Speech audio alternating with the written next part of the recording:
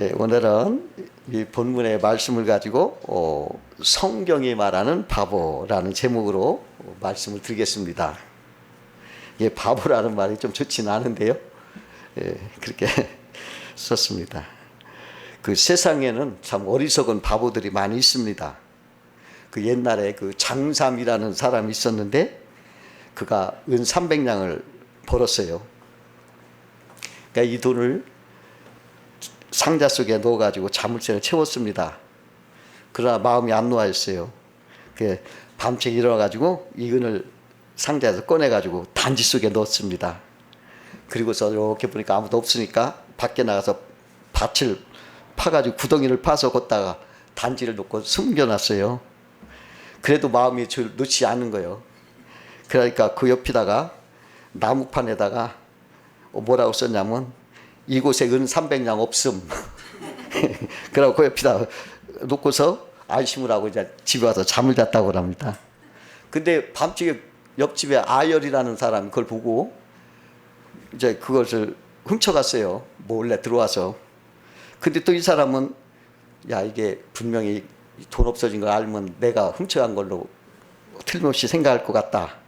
그래가지고 걷다가 뭐라고 썼냐면 옆집 아열이 절대로 훔치지 않았음. 이렇게 썼다고 그래요. 예, 참 어리석죠? 옛날 사람이 순수했던 모양이에요.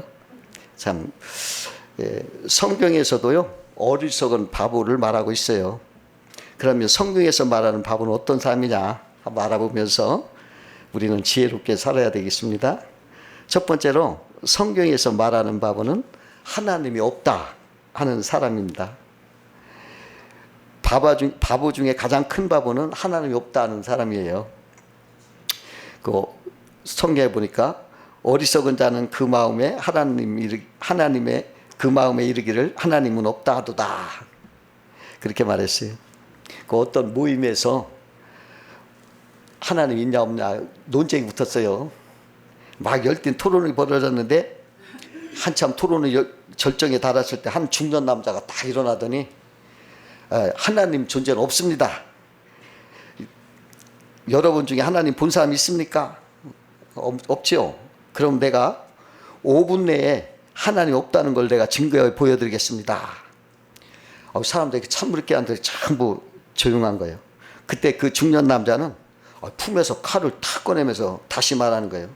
만일 하나님이 존재한다면 그 하나님은 5분 내에 여기서 이 칼로 나를 죽이십시오. 그러나 5분 내에 아무 일도 일어나지 않는다면 하나님이 없는 것입니다. 시간을 탁 재면서 1분, 2분, 3분, 5분 지났습니다. 그러나 그 사람은 아무 일도 일어나지 않았어요. 그 남자는 의기양양하게 큰 소리로 외쳤습니다. 이거 보시오. 하나님이 이미 죽었거나 아예 없습니다. 만일 기독교인들이 말하는 대로 하나님이 존재하고 지금도 살아계신다면 나같이 이렇게 신성모독적인 사람을 그냥 두겠습니까? 아무도 말을 하는 사람 없어요. 근데 거기에 참석하던 할머니 한 분이 그에게 말한 거예요. 여보시오, 당신은 자녀가 있습니까? 있죠. 그러면 그러자 할머니가 그럼 지금 당신 손에 잡고 있는 그 칼로 당신 아들이 들고서 아버지 당신이 이 칼로 나를 죽이시오 한다면 당신은 그 칼로 아들을 죽일 수 있겠어요? 그러니까 그 남자가 할머니 아들을 어떻게 말했다고 어떻게 내가 죽일 수 있겠습니까? 그래서 할머니가 말했습니다. 그거 보세요. 하나님 우리 아버지이십니다. 그 아버지 된 하나님이 어떻게 자녀된 당신을 칼로 죽인단 말입니까? 그렇게 말했더라는 것입니다.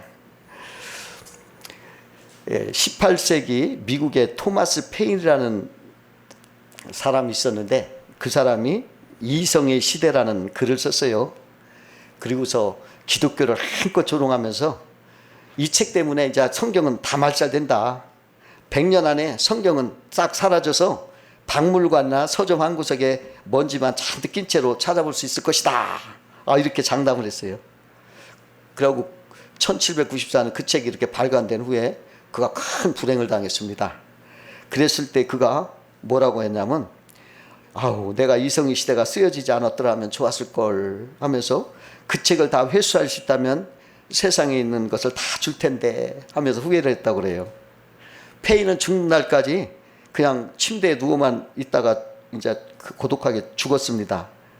그리고 없어지다는 성경은 여전히 베스트셀러로 남아있는 것입니다. 그 18세기 유명한 계몽주의 철학가 프랑스의 볼테르는 철저한 무신론자였습니다. 그는 영적인 세계에 대해서는 전혀 지식도 경험도 없었습니다. 그는 이렇게 장담했어요. 기독교를 일으키는데 여러 세기가 걸렸겠지만 나는 50년 내에 성경이 사라진 걸 보여주겠다. 그러면서 그는 무신론을 유포하는 수많은 글과 책을 냈습니다. 그러나 아이러나게도 그가 죽은 지 20년 만에 그의 집은 제네바 성소공회의 출판소가 되었고 외국어 성경을 출판하는 본부가 돼서 그 집은 성경으로 가득 차게 되었다는 것입니다. 그리고 성경은 그가 죽은 후에도 여전히 베스트셀러로서 있고, 볼테르가 쓴 책은 누구나 겉들어보지 않는 쓰레기 취급을 당했고 그냥 무신론을 연구하는 몇몇 사람들만이 보는 책이 되고 말았다는 것입니다. 그는 죽기 전에 이런 말을 했어요. 나는 차라리 나지 않았더라면 좋았을 걸. 그러고 후회했고 나는 지옥으로 간다. 그러면서 비참한 모습으로 죽었다고 합니다. 그 독일의 무신론 철학자 니체는 신은 죽었다 이라고 광기 어린 선언을 했습니다. 신이 죽었기 때문에 인간적인 뛰어난 초인간만이 권력으로 인간을 구원할 수 있다. 막 이렇게 기용을 통했어요. 근데요, 그 사상을, 무신론 사상을 이어받은 그 사람들이 있었어요. 그게 누구냐면 히틀러, 무솔리니, 스탈린, 레닌, 마오쩌둥, 김일성. 이런 자들이 그 니체의 사상을 이어받아서 1차, 2차 세계대전을 일으켰고요. 또 공산주의 혁명을 일으켜가지고 수많은 사람을 죽였습니다. 이 무신론자들이 그동안 인류가 겪어보지 못한 전쟁과 살상과 인권유린의 악을 저질렀던 거예요. 그 어느 때보다 이 무신론이 성행했던 20세기는 그냥 사람들이 무더기로 죽는 악이 난무하는 시대였습니다. 본문 1절 하반절에 보니까 저희는 부패하고 소행이 가증하여 선을 행하는 자가 없도다 이렇게 말씀했어요. 그래서 기독교인 도스토예프스키는 그의 책에서 하나님이 없다면 무슨 일이라도 할 수 있다 그렇게 말했어요. 무신론자들은 생사화복을 주관하신 하나님의 두려움을 모르기 때문에 그렇게 함부로 죄를 짓고 있는 것입니다. 오늘 소경이 큰 죄를 저지르고 나서 이 세상에서 제일 무서운 사람이 누군지 아십니까? 눈에 뵈는 게 없는 사람입니다. 저는 눈에 뵈는 게 없어서 일을 저지릅니다. 하더라는. 그렇습니다. 사람들이 왜 그렇게 겁없이 악을 저지릅니까? 눈에 뵈는 것이 없기 때문입니다. 하나님께서 지켜보고 계시는 모습을 볼 수 없기 때문에 겁이 없는 거예요. 오래전에 TV 뉴스에서 한 평범한 주부가요, 화장품 가게에서 15분 동안에 무려 7차례 절도행각을 했다는 게 뉴스에 나타났어요. 보도가 됐어요. 이 사람 어떻게 했냐면 진열되지 않은 화장품을 달라. 그러면 그 주인이 그걸 찾으러 가는 사이에 감시 카메라가 있는 것도 모르고 막 집어넣은 거예요. 7차례나. 근데 의심이 생긴 주인이 그걸 카메라를 보고서 신고해서 체포했어요. 이분이 만일 감시 카메라가 있다는 걸 알고 있었다면 그렇게 도둑질하지 못했을 것입니다. 마찬가지로 무신론자들은 바로 생사화복을 주관하시고 우리를 지켜보신다는 것을 어리석게도 모르는 그러한 것이기 때문에 큰아를 저지르는 것입니다. 그러나 하나님은 살아계셔서 CCTV처럼 우리를 지켜보시고 심판하신다는 것입니다. 욥기서 34장 21절에 보면은 하나님은 사람의 길을 지목하시며 사람의 모든 걸음을 감찰하시나니 그랬어요. 또 시편 33편 14절에 보니까 여호와께서 하늘에서 감찰하사 모든 인생을 보시며 그랬어요. 시편 34편 16절에는 여호와의 얼굴은 악을 행하는 자를 향하사 그들의 자취를 땅에서 끊으려 하시는도다 그렇게 말씀하셨습니다. 이와 같이 살아계신 하나님께서는 불꽃 같은 눈으로 우리를 지켜보고 심판하신다는 것을 우리는 알아야 되겠습니다. 우리는 하나님을 두려워해야 합니다. 하나님을 대적하는 사람은 망하는 것입니다. 그 일본이 진주만을 폭격할 때도 얼마나 겁없이 그렇게 했어요. 히틀러가 또 덩커크를 진격했을 때는 모든 사람들이 야 이제 세상은 끝났다. 저들이 다 이제 세상을 지배할 것이다라고 생각했었습니다만은 그 배후에 하나님이 역사하셔서 그들을 다 망하게 하셨던 것입니다. 여러분, 공산주의가 볼새끼 기혁명을 막 일으켜서 막 사람들 막 죽이고 할 때 이 세상이 다 공산주의로 적화될 줄 알았어요. 그런데 지금 보면 공산당은 다 망해버리고 남아있질 않아요. 다 망했어요. 왜? 보이지 않는 하나님의 손이 그들을 치고 심판을 하셨기 때문인 것입니다. 그러나 하나님은요, 믿는 자들에게는 기적을 베푸시는 분이신 것입니다. 그 존 패튼이라는 선교사가 있었는데 그분이 뉴 헤브리디스라는 섬에서 선교를 하고 있는데 그 원주민들이 저들 때문에 우리 마을에 저주가 임한다 하는 생각을 가지고 그들이 때를 져가지고 불을 들고 횃불을 가지고 와서 그 패튼 선교사 집을 불사지려고 했었어요. 그래서 선교사 가족들은 할 수 없이 막 기도할 수밖에 없는 거예요. 다른 방도가 없어요. 하나님 앞에 간절히 기도하는 후에는 아무것도 할 수 없는데 이상하게 시간이 지나도 그들이 불을 지르지 못하는 거예요. 또 자꾸 멀찍이 자꾸 떨어져 가는 거예요. 그러더니 나중에는 겁먹은 표정으로 막 물러가는 거예요. 그러고 나서 그 후도 계속 그 원주민들이 그를 해치려고 하지 않는 거예요. 근데 나중에 그 일에 앞장섰던 추장이 예수를 믿게 됐어요. 그 예수 믿게 돼서 교회에 나왔는데 그때 선교사가 패튼 선교사 그 추장한테 말을 했어요. 왜 그때 불을 들고 우리를 죽이려고 했는데 그냥 갔습니까? 하고 물어봤더니 오히려 그 사람이 궁금하다 이렇게 말을 했어요. 그때 당신 집 주위에 빙 둘러서 엄청난 사람들은 다 어디로 갔습니까? 빛나는 갑옷을 입고 손에 칼을 든 몸집 큰 사람들이 많이 있었는데요. 그때 패튼 선교사가 깨달았어요. 하나님이 그 천사를 보냈구나. 이 추장과 원주민들이 그들을 보고서 도망한 거예요. 이들이 본 것이 바로 하나님이 우리를 지켜줄 선사였구나. 그걸 깨닫고서 하나님 앞에 감사를 했다고 합니다. 하나님은 악인에 대해 심판하지만 선인은 또 보호하시고 기적을 베푸시는 하나님이신 것입니다. 하나님은 지금도 살아계셔요. 지금도. 그리고 세계 역사를 주장하시고 생사화복을 주관하시는 하나님이신 것입니다. 두 번째로 성경에서 말하는 바보는 자기가 의롭다 하고 믿는 자라는 것입니다. 잠언서 28장 26절에 보면 자기의 마음을 믿는 자는 미련한 자요 라고 말했습니다. 사람이 자기가 의롭다 믿는 것은 어리석은 자인 것입니다. 어떤 여자가 목사님에게 내가 예수 믿고 거듭날 필요가 뭐가 있습니까? 나는 선한 여자입니다. 그랬을 때 목사님이 당신이 행동하는 것이나 마음에 생각하는 것을 전부 스크린에 비춰서 동네 사람들에게 보여준다 해도 괜찮겠습니까? 그랬더니 그건 안 되지요 하더랍니다. 솔직하게 자기가 죄인임을 인정하고 고백하며 예수 그리스도를 믿으면 구원을 받습니다. 자기의 일을 믿는 자는 스스로 속이는 자요 멸망의 길을 자초하는 큰 바보인 것입니다. 여러분, 사람은 태어날 때부터 처음 시조 아담의 범죄로 흑인종, 황인종, 백인종 이런 게 아니라 죄인종으로 태어나요. 죄인종. 죄를 가지고 죄인종이야. 사람은 태어날 때부터 죄로 죄인종, 백인종, 흑인종 이전에 죄인종이. 그래서 사람 스스로가 자기를 구원할 수가 없어요. 그렇기 때문에 하나님이 구원자를 보낸 거예요. 예수 그리스도를 그래서 보낸 거예요. 자기가 스스로 구원할 수 있다면 왜 보내야? 보낼 필요 없지. 우리가 스스로 구원할 수 없기 때문에 하나님이 구원자를 보내고 누구든지 저를 믿는 자는 구원을 얻으리라 약속을 하신 것입니다.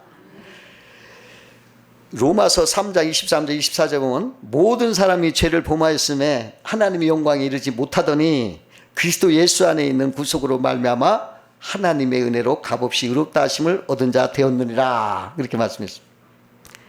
또 세상에 의인은 없나니 하나도 없도다 그랬어요.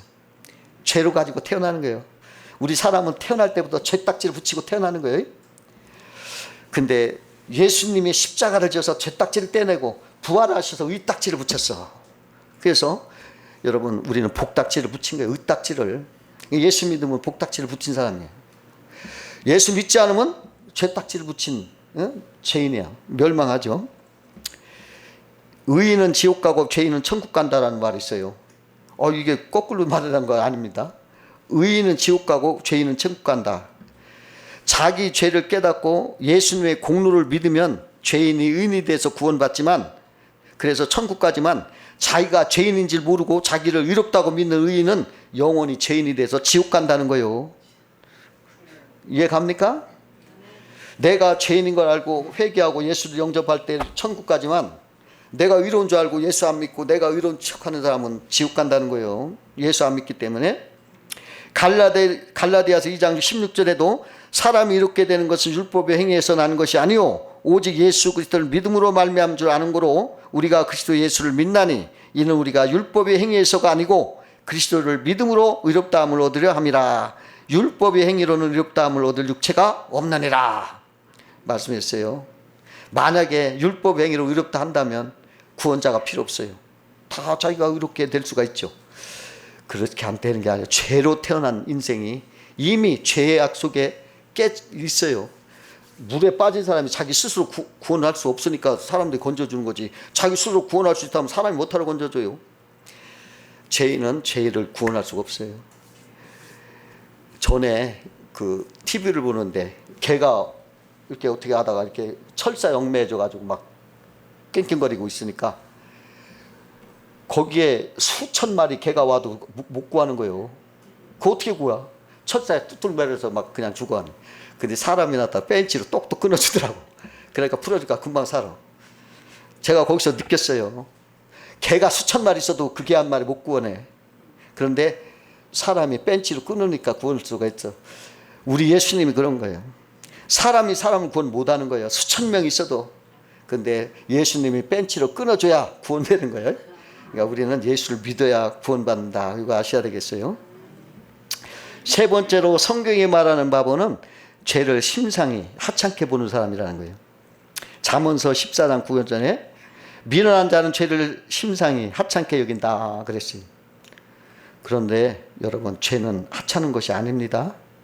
그 빅톨 유고가 쓴 작품 가운데 한 사람이 모래밭을 이렇게 가는데 모래 늪에 이렇게 모래가 처음에는 붙었어요. 그런데 점점 발목까지 빠지는 거예요. 그러더니 막 이게 자꾸 허우적거니까 허리까지 차는 거예요. 그러더니 나중에는 결국 모래 속에 파묻더라는 거죠. 그러고서 이것이 죄의 단면이다 이렇게 말하는 거예요. 처음에는 하찮게 죄를 여겨지요. 근데 이것이 점점 커지고 깊어져서 결국은 돌이킬 수 없는 멸망의 나라로 떨어지게 한다는 거예요. 그러므로 죄를 심상히 보는 사람은 큰 바보라는 거죠. 여러분, 죄를 하찮게 여기지 않아야 되겠습니다. 그 도박꾼으로 유명한 조막손이라는 별명을 가진 사람이 있었어요. 그는 도박에 미쳐서 자기 재산을 다 탕진하고 그 집안이 패가망신했어요. 그러니까 이 사람이 난 다시 도박을 하면 사람이 아니다. 그렇게 결심을 하고 자기가 자기 오른손을 끊어버렸어. 내가 도박을 하면 사람이 아니다. 그래 병신이 됐어요. 근데 그 손이 다 낫기도 전에 붕대를 풀어지도 못한 채 다시 도박을 하더라는 거예요. 여러분, 얼마나 죄가 무섭습니까? 그래서 그 사람을 도박왕 조막손이라는 별명이 붙었대요. 죄라는 것이 이렇게 끈질기고 사람을 낭패하게 하는 거 우리는 꼭 알아야 되겠습니다. 그 옛날 증기기관차 알죠? 막 칙칙폭폭 하는 거. 증기로 끓여서 가는 증기기관차 있었을 때 한 번은 달리던 그 기관차가 갑자기 딱 서는 거예요. 기관사가 깜짝 놀라서 왜 그러나 암만 해도 모르겠어. 그 면밀히 기관사를 보니까 죽은 뱀 한 마리가 물탱크에 연결된 파이프로 콱 막고 있는 거예요. 그래서 그 뱀을 꺼냈더니 이제 다시 기차가 막 힘차게 달리라는 거예요. 그러니까 물을 집어넣을 때 그 죽은 뱀이 같이 따로 들어가서 그렇게 막은 거예요. 우리 인생도 그래요. 잘 나가는 인생이 어떨 때 어려울 때가 죄가 들어가면 그 파이프를 막았기 때문에 그런 거예요. 죄를 무섭게 여겨야 되겠습니다. 그래야 축복을 받습니다. 그 어느 분이요, 토지 브로커를 하면서 돈도 많이 벌었지만 죄도 많이 진 거예요. 근데 그가 이 죄 들통이 나가지고 검거가 됐어요. 주범으로. 여럿이 하다가 주범으로. 근데 20년 구형이 떨어진 거예요. 근데 이 사람이 옛날에 교회 다닌 걸 했던 사람이라 막 회개를 했어요. 아이고 하나님 내가 크게 잘못했습니다. 막 구치소에서 막 금식 기도를 하면서 막 부르짖었어요. 근데 성령께서 뭐라고 하냐면 내 죄는 검사가 알고 있는 것 이상으로 더 많으니까 그 모든 걸 다 적어서 내라. 알게라. 그러더라는 거예요. 그러니까 자기가 지은 죄를 다 적었대요. 검사가 모르는 것까지 다. 그러니까 함께 갇혀있던 사람들이 야 이 사람아 자네 돌았냐? 이미 알려진 죄만 해도 몇 년형을 받을지 모르는데 아이 알려지지 않는 죄까지 다 쓴다면 이거 어떻게 되느냐 막 말리더라는 거예요. 그러나 기도하면 하나님은 자꾸 쓰라고 하는 거예요. 하나님은. 그러니까 이 사람이 하나님께 다 맡기고 이걸 낱낱이 적어서 재판장에 드렸어요. 근데 기적이 일어난 거예요. 다른 사람들은 막 15년, 10년, 7년형을 다 받았는데 오히려 주범인 이 사람은 3년형을 받은 거예요. 그러니까 이 사람이 3년형을 받고 풀려나면서 아, 하나님은 살아계시구나. 이걸 체험해가지고 야 내가 이제 앞으로 복음을 전해야 되겠다. 이렇게 결심을 하고 영사기를 하나 사가지고 교회를 다니면서 그 옛날이니까 10계명을 보아주면서 이렇게 전도를 하면서 사람들에게 은혜를 줬다고 그래요. 예, 여러분 죄는 참으로 우리는 심상히 보면 안 되겠습니다. 네 번째로 성경이 말하는 바보는 영생을 준비하지 못한 사람인 것입니다. 그 이집트 피라미드에서 발견한 강낭콩 씨앗을 땅에 심었더니 그게 싹이 나고 자랐어요. 5,000년 전에 있었던 씨가 그게 싹이 났고 그러더라는 거예요. 죽지 않았더라는 거예요. 이와 같이 콩이나 옥수수 같은 1년생 식물도 몇백 년, 몇천 년 후에 땅에 심으면 다시 살아나 열매를 맺는데 만물의 영장인 사람이 그냥 100년 미만 살다가 끝나는 게 아니라는 거예요. 부활이 있고 영원한 내세가 있다는 겁니다. 히브리서 9장 27절에 보니까 한 번 죽는 것은 사람에게 정하신 것이요 그 후에는 심판이 있으리라 그랬어요. 성경은 영원한 내세가 있다 말씀하고 있는 거예요. 그러므로 내세의 영생을 준비하지 않는 사람은 가장 큰 바보라 이렇게 말하는 것입니다. 그 어느 배가 가다가 표류를 했어요. 표류를 하다가 어느 무인도에 도착을 했어요.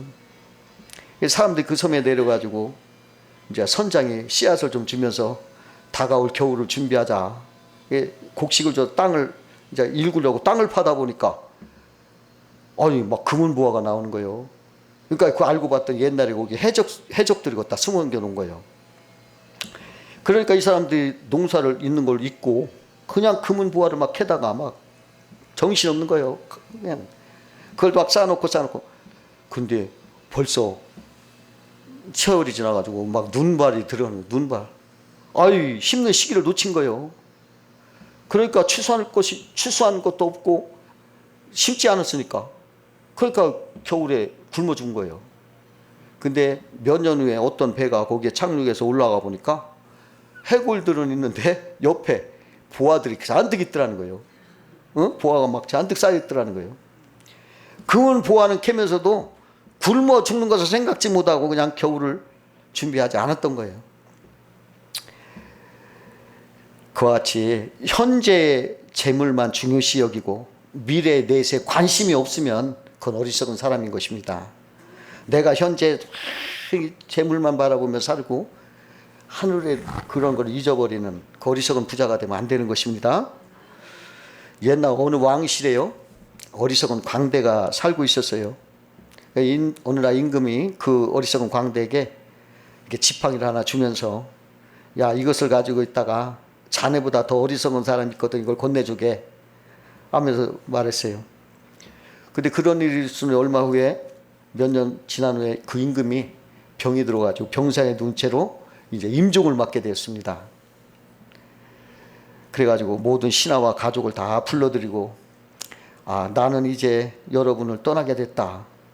너무나 긴 여행이라서 다시 돌아오지 못할 것 같다 하면서 말을 끝맺었을 때 이때 가만히 듣던 그 광대가 고개를 갸웃거리면서 폐하 한 가지 여쭐 말씀이 있습니다.